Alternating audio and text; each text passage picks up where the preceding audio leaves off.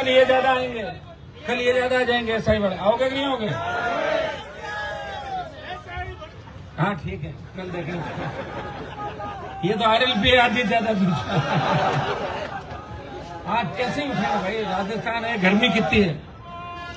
सबसे पहले मैं तमाम संघर्ष समितियों का, चाहे वो SI भर्ती को लेके, चाहे PTI भर्ती को लेके, चाहे JN भर्ती को लेके, चाहे दूसरी आपकी इंजीनियरों की जो भर्ती हुई, चाहे आप वन विभाग की भर्तियां थी, जितने भी पेपर लीक हुए नॉर्मलाइजेशन के लिए, ये नॉर्मलाइजेशन के लिए ये सारा सही ढंग से आया नहीं, उसके लिए जो बच्चे लगातार यह संघर्ष कर रहे हैं और वो चाह रहे हैं भाई इस तरह की व्यवस्था वो खत्म हो।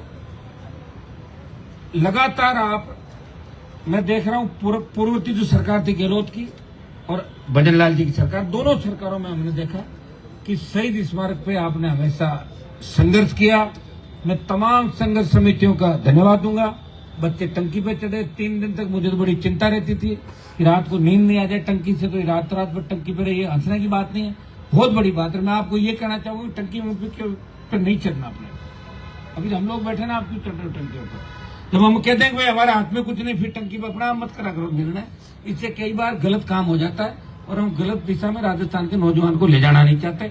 आपको याद होगा जब अग्निवीर लागू किया तब देश भर के अंदर आंदोलन हुए और राजस्थान में के अंदर भी आंदोलन इतना बड़ा था कि बच्चे रेलवे ट्रैक पर ट्रेन को आग लगाने चले गए थे। मैंने निवेदन किया, झंडे के साथ हम पहले ही दिन कूद गई राष्ट्रीय लोकतांत्रिक पार्टी, और एक भी जगह राजस्थान में अप्रिय घटना नहीं होने दी। झंडे के साथ उस आंदोलन का तमाम नौजवानों को साथ रखा। हमें पता है कि हमारी ताकत आप लोग हो, और आप लोग अगर कमजोर पड़ जाओगे, केस मुकदमे में फंस जाओगे, बाद में जब नौकरी लगती है बड़ी दिक्कत होती है। जब आपका कैरेक्टर सर्टिफिकेट बनता है तब बच्चे आते हैं, और जब केस मुकदमा लगता है तो थानेदार लिख नहीं सकता केस मुकदमा नहीं है, तो कई बच्चों को नौकरी से हाथ धोना पड़ता है। तो इन चीजों का भी हम ध्यान रखते हैं कि मुकदमे कम से कम लगे, बर्बाद नहीं हो। इसमें हमारी सरकार भी ध्यान रखती है, पुलिस का भी अच्छे अधिकारी जो होते हैं सहयोग भी इन मामलों में करता है।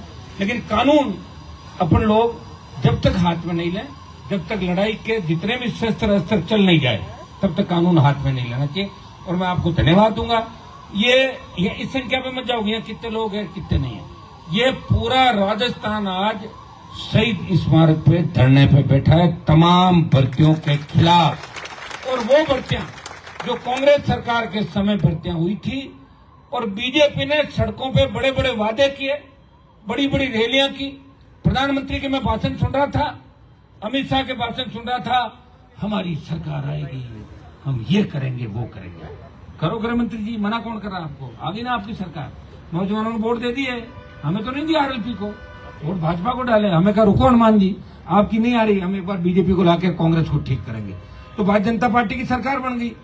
SI भर्ती जिसमें 800 में से 55-56 लोग पकड़े गए, 103 अभ्यर्थी पकड़े गए। SOG जांच करिए, बड़े मगरमच्छ आखिर कब पकड़ोगे? CBI जांच की हमने डिमांड करी। SI भर्ती के अंदर जिस तरह के हालात बने, RPSC के 2 मेंबर पकड़ लिए आपने, संजय सोत्रे को क्यों नहीं पकड़ा? भूपेंद्र यादव को क्यों नहीं पकड़ा? दूसरे चेयरमैन को क्यों नहीं पकड़ा? शिव सिंह राठौड़ जेल के अंदर क्यों नहीं है? क्या कास्ट पूछ के गिरफ्तारी होती है राजस्थान के अंदर? क्या उन गरीब तबकों को गिरफ्तार कर लिया जाता है जिनके नेता नहीं बोलते? क्या राजस्थान इस दिशा के अंदर जा रहा है?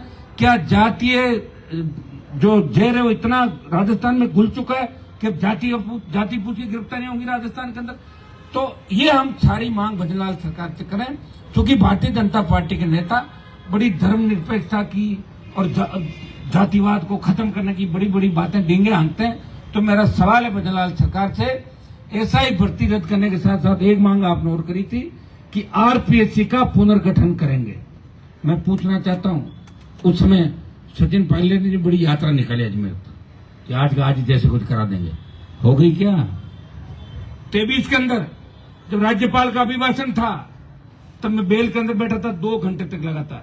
मैंने कांग्रेस के लोगों को हाथ में मेरा मोबाइल दे दिया, मैंने कहा मेरा वीडियो बना दो, कैमरा नहीं आएगा मेरी तरफ। तो कांग्रेस के लड़कों ने, विधायकों ने मोबाइल तो मेरा ले लिया, लेकिन उसको ऑफ कर दिया, वीडियो नहीं बना। मैं 2 घंटे तक वहां बैठा रहा और पूरी कांग्रेस पार्टी बैठी थी।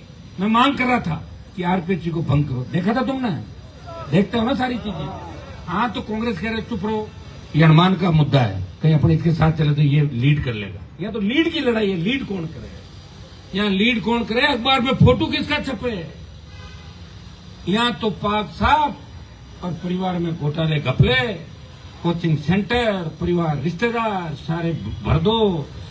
शिव सिंह जी राठौड़ बोले कांग्रेस के नेताओं का, साहब हमें RS RPS बनाना है, बोले मैं बना दूं, मुझे 4 दिला दो, दिला दिया, बना लिया 10-15 अपने। अरे बना के रखोगे कहाँ भैया, कौन छोड़ेगा। ये महेश जोशी जी बड़े दिल्ली जाते थे, चार्टर प्लेन ले जाते थे, क्या स्थिति हुई बताओ मुझे। वो चड्डी बनियान में कर रखा है ईडी ने वहां पर। अरे ऐसा मैं बताऊँ अंदर मेरा हालात हो। और खाने को चने नहीं देते, इनके हाथ में आने के बाद ये थोड़ी छोड़ते हैं। ये ऐसे ही मौके की तलाश में रहते हैं कि बड़े आदमी की बेइज्जती कैसे करें। ये भी तो वेट करते हैं कि इनको बड़ी सैल्यूट लगानी पड़ती है तो नेता जाता है, जो मौका लगता है दबोच रहता है। अब महेश जोशी के अंदर की फोटो में मंगाना चाहते हैं बाकी नेता कि आपने तो आज देखो भाईडा कि महेश जी ने कहीं चड्डी में कर दिया, कहीं क्या आपको नंबर भी आ सके चड्डी बनियान में, तो सही है। अगर किसी ने घपला किया तो निश्चित रूप से उसको चड्डी बनियान में होना ही पड़ेगा। मैं नहीं आऊंगा इसका, आप चिंता करो, मेरे पास तो कुछ है ही नहीं, तो करूंगा क्या।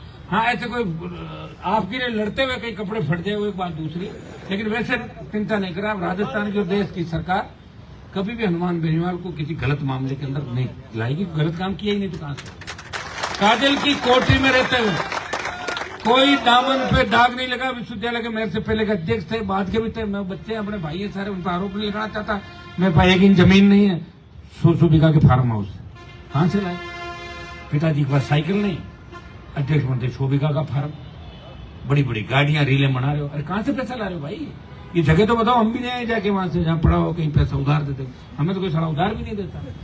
मैंने एक दिन पूछा उधार दे, तो बोले उधार तो देते साहब, आप वापिस नहीं दोगे। मैंने कहा आपको कैसे पता लगा।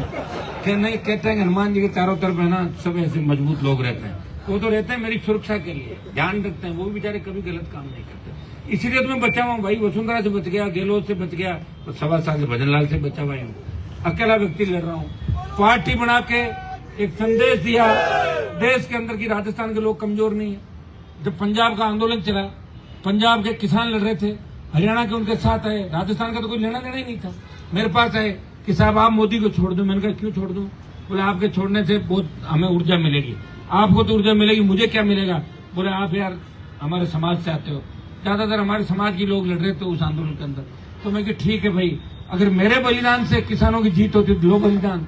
और आगे एनडीए छोड़ के सड़क पर 70 दिन सड़क पर बैठा रहा, क्या मिला बलिदान। वोट तो नहीं दिए लोगों ने राजस्थान में, दिए क्या वोट 19 के अंदर या 23 में कहां वोट मिला भाई। ये तो देखो कि मोदी की सत्ता छोड़ के सड़कों में आने वाले व्यक्ति को 1 सीट मिली, उससे तो 3 का बढ़िया था कि 18 में 3 MLA तो बने। और अब जब बड़ी लड़ाई लड़ी, कांग्रेस का खाता खुलाया, बेचारी कांग्रेस जिसका 10 साल में राजस्थान में खाता नहीं खुला, बेचारों ने कहा कि हनुमान जी आप हमसे गठबंधन करो।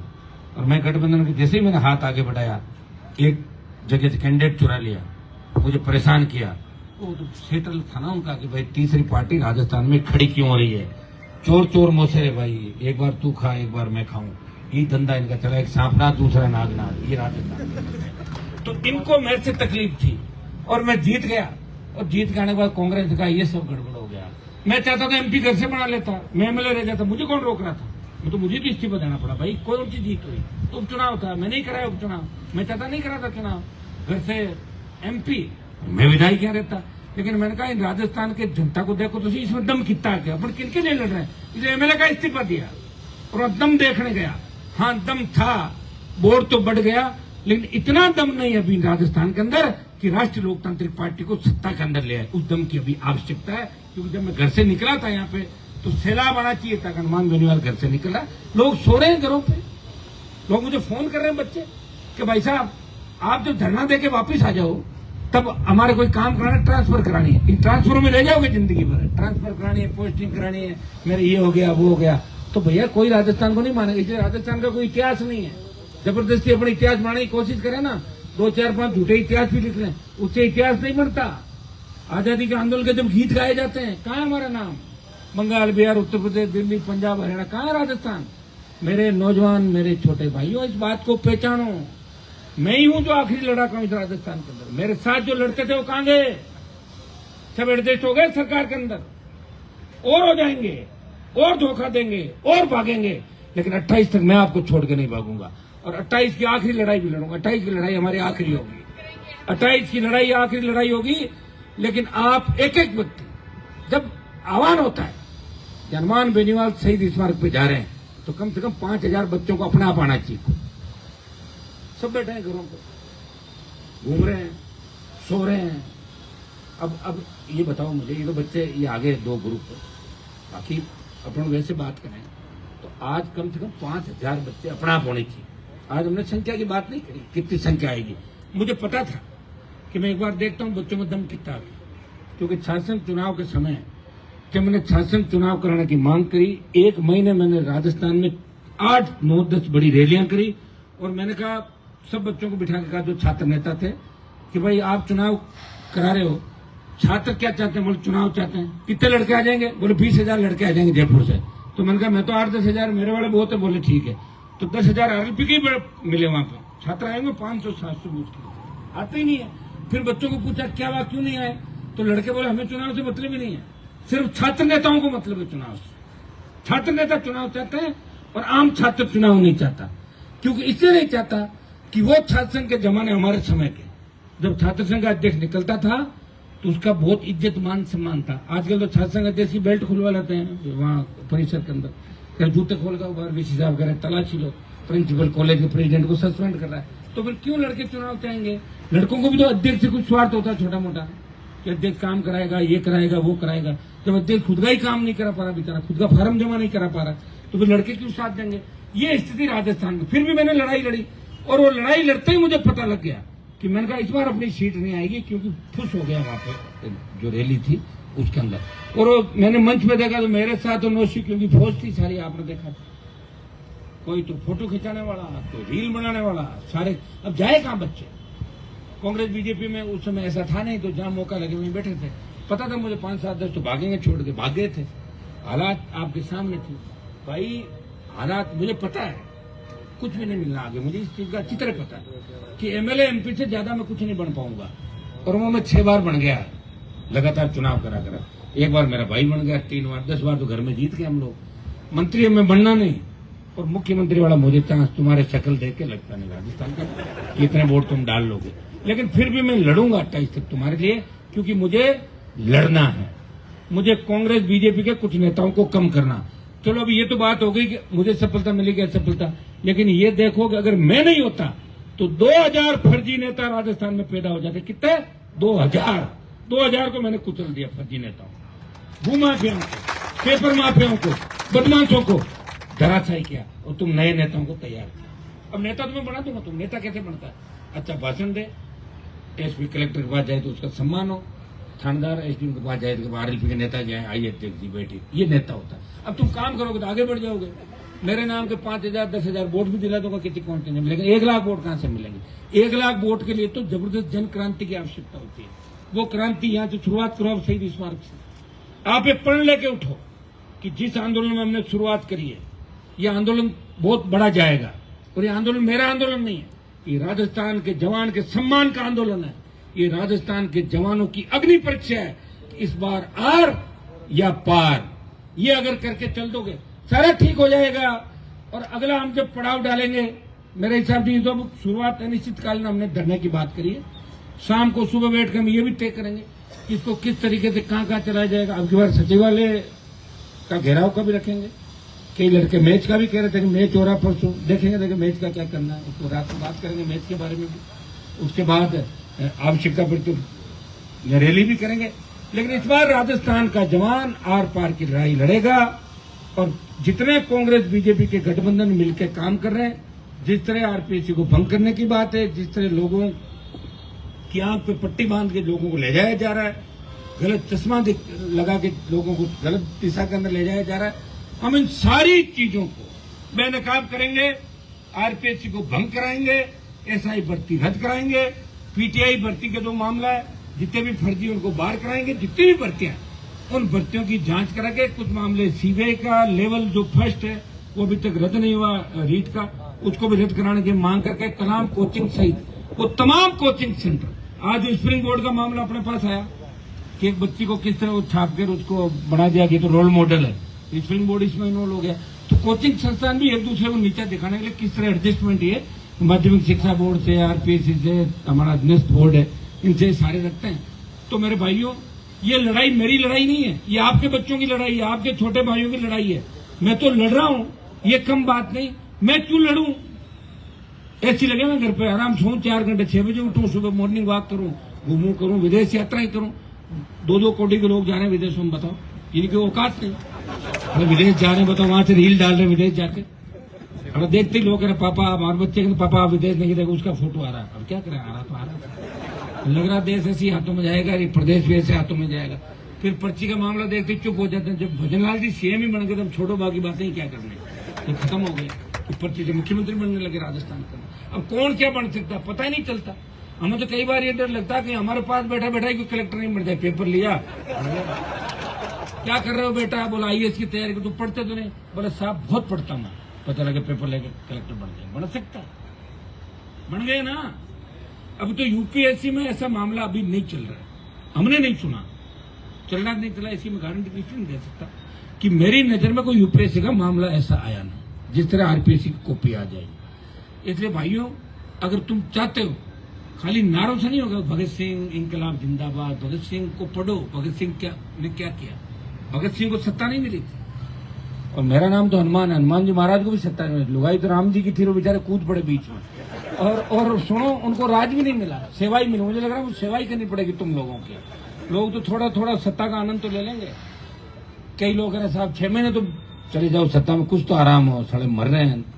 क्योंकि विरोधी पनप रहे हैं ना हमारे, तो उठ के जाके सामने वाले पास जाकर अपने रेट भाव तय कर लेंगे, चले जाएंगे। जयचंदों की संख्या बढ़ रही है राजस्थान के अंदर, तो वो भी यही के थे। तो जयचंद ज्यादा हो रहे हैं। तो इन सब बातों का आपको ध्यान रखना है। हमें मजबूती से लड़ाई लड़नी है। ये तमाम जो मामले और कुछ डिमांड यहाँ पे नौजवान लेके आए अपनी अलग अलग, कई संविदा कर्मी आए, कई और लोग आए, तो उनकी भी डिमांड मैं सबकी एक एक करके लूंगा और तमाम मांगों को हम साथ रखेंगे। आप निश्चित रहें, एसआई भर्ती के साथ साथ तमाम जो मुद्दे हैं उनको हम साथ रखे सरकार साहब की वार्ता भी कराएंगे उचित स्तर पे, और ये भर्तियां रद्द भी कराएंगे। जितने भी चोर लुच्चे लफंगे उनको सलाखों के पीछे दिलाएंगे। कांग्रेस बीजेपी का गठजोड़ है, इसको खत्म करेंगे। बजरी के खिलाफ बड़ी लड़ाई राजस्थान में मैंने लड़ी।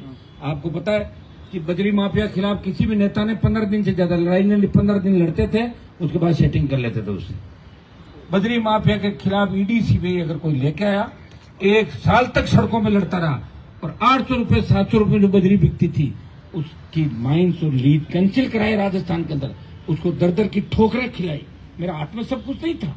अगर मेरे हाथ में सब कुछ होता तो उसको भी चड्डी बनियान में करवा देता। अभी जैसे मैसी बैठा, वो था नहीं मेरे हाथ में। बचाने वाले ज्यादा थे, लड़ने वाले कम थे।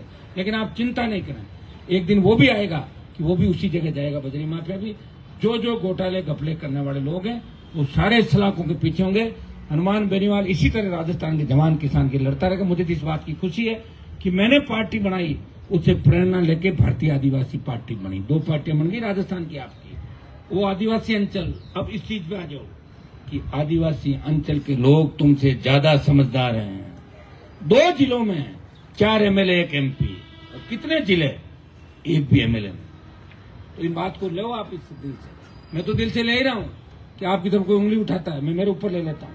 नहीं, खाली ज्ञान वर्धन मत करो। ज्ञान देने के लिए भाई साहब, वो ज्ञान चाहे जो दे दो, और काम कुछ भी मत करो। चश्मा लगा के निकल पड़ो रील बनाने के लिए। रील बनाने से वोट नहीं मिलता। रील के साथ रील भी आवश्यक।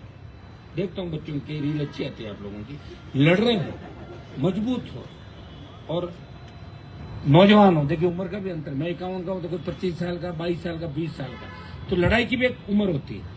हम इस लड़ाई को 4 साल और मजबूती के साथ लड़ लेंगे। अब आप सोचो 28 से 35, 33 लड़ाई लड़ते ही थोड़ी रहेंगे।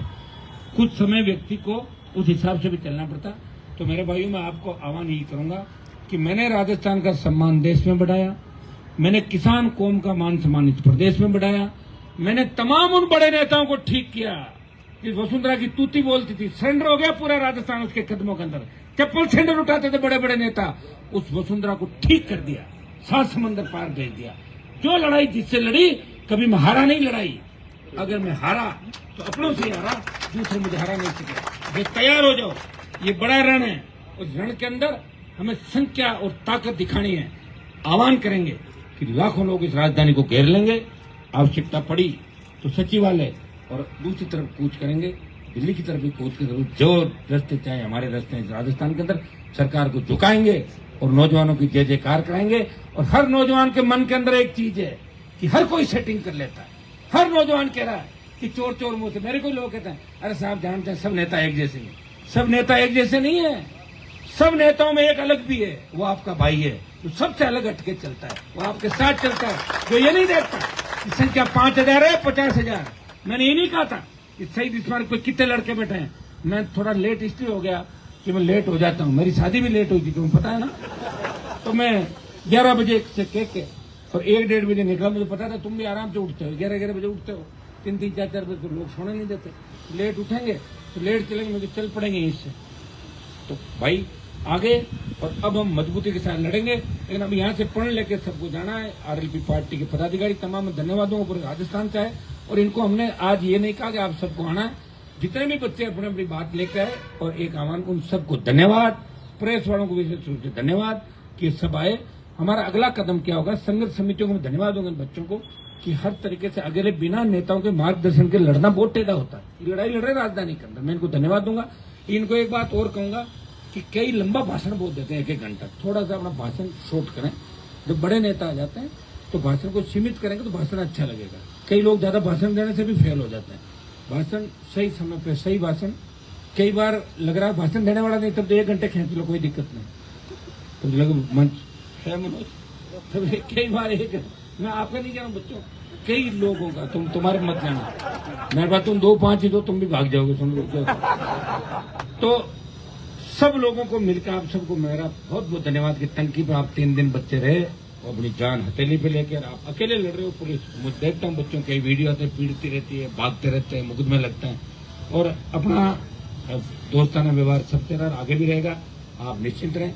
ये लड़ाई सबकी है, सब वर्गों की लड़ाई, हमारे राजस्थान के सम्मान की लड़ाई है। बिहार, यूपी, दिल्ली के लोग उंगली उठाते हैं कि हनुमान जी कोई राजस्थान से डिग्री दिला दो। साहब आपके यहाँ डिग्रियां मिल रही क्या? मेरा बच्चा कामयाब नहीं हो रहा। मैंने कहा मेरा धंधा है कि मैं डिग्रियों में धंधा करता हूँ। क्या नहीं, राजस्थान में बिक रही डिग्री। यार कितनी बड़ी मजाक बन गई राजस्थान की, ये हम बर्दाश्त नहीं करेंगे भाई। तब आप ये चाहते हो कि राजस्थान का सम्मान देश में लौटा है, तो यहीं से हमें हुंकार ललकार भरनी है। इस बार हुंकार ललकार इतनी मजबूत तरीके से होगी कि अगली बार जो आह्वान करें, एक व्यक्ति कितने लोग लेके जाएंगे, एक पदाधिकारी कितने आदमी लाएगा, उतने ही लाओगे कि नहीं लाओगे? ऐसे ही अभी घर जाएंगे लाएंगे। बहुत बहुत आपको धन्यवाद। एक भी जाना मत जब तक मैं यहाँ से हिलूं नहीं, समझ में आ गई ना? बस ऐसे नहीं कहा पानी पेशाब करके आ रहे हैं। धन्यवाद।